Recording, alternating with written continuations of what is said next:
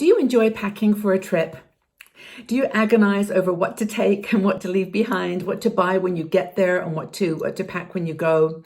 I want to share with you some ways that you can save space and money when you're traveling on a budget and help you think about what you should take with you and what you should purchase when you arrive at your destination. My name is Margaret Manning. I'm with 60andMe, and thanks for being here today. I hope that you enjoyed this conversation.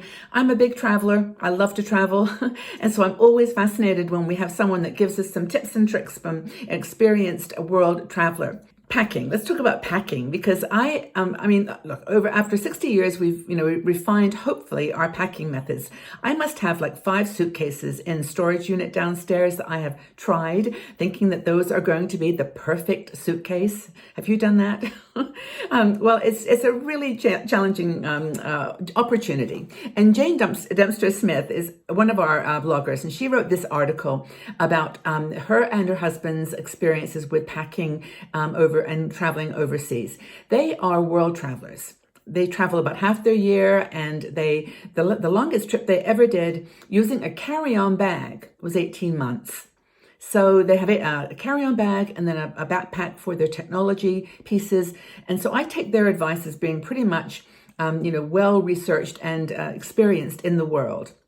So Jane has some very useful tips, and there are many of them that I follow. Some that I have a different point of view on, and I'll carry those out as we go through. But the first thing is to, first of all, think about the airline you're flying, of course, if you're flying. If you're on a train, not such much of a problem, and the cruise ship, of course, you can take what you like as long as you can carry it all. But if you're flying, you have to think about the airline. Now, most airlines now have got very strict rules about carry-on luggage. They have certain size restrictions and weight restrictions. And I found this happen to me when I was traveling, to my surprise, when I had done a really careful job of packing. The suitcase was the right size. I knew I was going to be okay with fitting it overhead, but it weighed too much.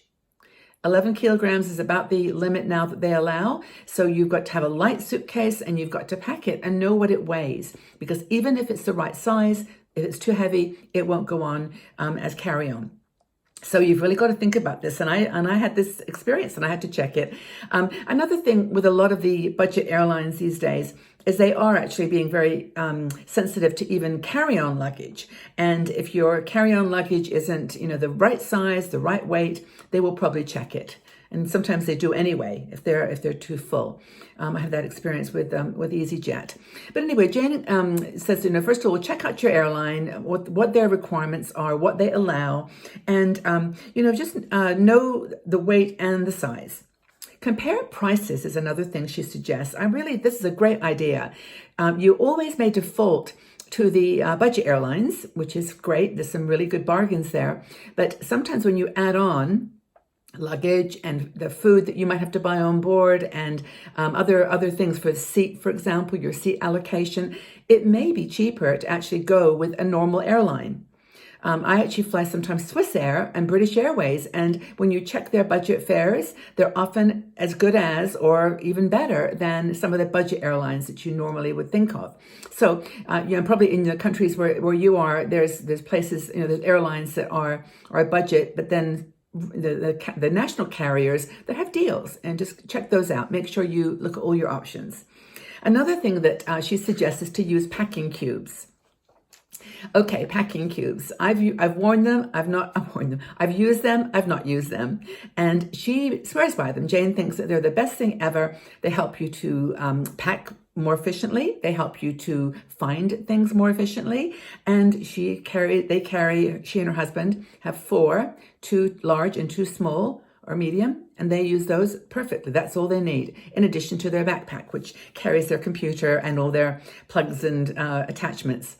So packing cubes are, for some people, the absolute nirvana. Now, I don't like packing cubes as much, but that's partly because the only ones I've ever found were all the same color. And I'm a super color person. I think you probably know this from my videos. And they, if they're all blue or all pink, it doesn't do me any good. I just still have to open them to see where they are, where everything is, tops in one, bottoms in another. And I found a packing cube set, which is different colors. green, orange, I think pink and purple. And I've ordered those and I'm going to use them in my next trip because I do like the idea of a packing cube. And Jane's a big fan of them. And I totally agree with her that they're useful. And what's your thought? I mean, are you a packing cube fan? Do you use them? A lot of people just swear by them. And I know most of the bloggers that talk about efficient packing use them. So let's get your feedback on that. And I'll tell you how mine work out when I try them this time. Now, in terms of liquids, one thing that Jane suggests is that you consider using a bar shampoo and conditioner rather than liquid. Now, we know that if you have a carry-on, everything's going to go through the X-ray machine and they will detect any liquids. You've got to pull those out separately. So if you're going to take shampoo, you've got to take either a travel size or decant something from your own, your own collection. But she says that, if you have a bar, and apparently there's many of them now, but Lush is one that she prefers, and it's got, it's a bar of, looks like it is soap, but it's shampoo, and it's a shampoo with conditioner in it. I was so surprised the last hotel I stayed at, I was expecting to have just to have shampoo and conditioner, but the times have changed. Even with, a hotel, not a hostel, you can have that squidgy on the wall that gives you soap, which you can use as a shampoo. But if you want conditioner, you would have to take some of your own. So that's a kind of cool rule there that she considers useful. Take a bar of shampoo and conditioner. I wanted to show you something actually that I've done with makeup. She doesn't particularly mention makeup, but maybe she doesn't wear as much as I do, but I love my makeup and I always take it with me, and I always pick up stuff as I go too, which is a little space in the suitcase. But what I've discovered is something super cool. My foundation, I always take one, like a tube usually. There's several that I love that are tubes, not glass bottles. So I take a tube and I just, take the smallest that I can find. And then for blush and eyeshadow, I picked up something, they're called Z palettes. And the company is Z Palette, Z, like the letter Z and then palette. And you can get these online, and they have like a little magnetic, little circles, and they're magnetic. You can take these out. I don't know if I can get one out easily to show you. Yeah, I can. They're just little circles, and they have a magnetic connection. You just put them in, and then you decant your blushes and your eyeshadows. And I've got one lipstick in there too. But these is so handy for me. It's very, very thin. It slots in your cosmetic bag, and it gives you just enough makeup to use for, probably for a month actually. And decanting powdered eyeshadows and blush, there's an art to it.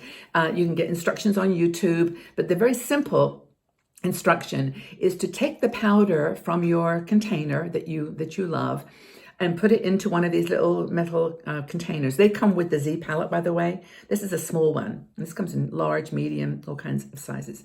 And then just add some rubbing alcohol. Crush it up into the little container. Put some rubbing alcohol in, stir it with a very thin little spoon stirrer, and it just, it melts immediately into a liquid, and then you can let it sit for a few hours, overnight preferably, and then it just gets hard. And these are like, just like beautiful to use with my brush.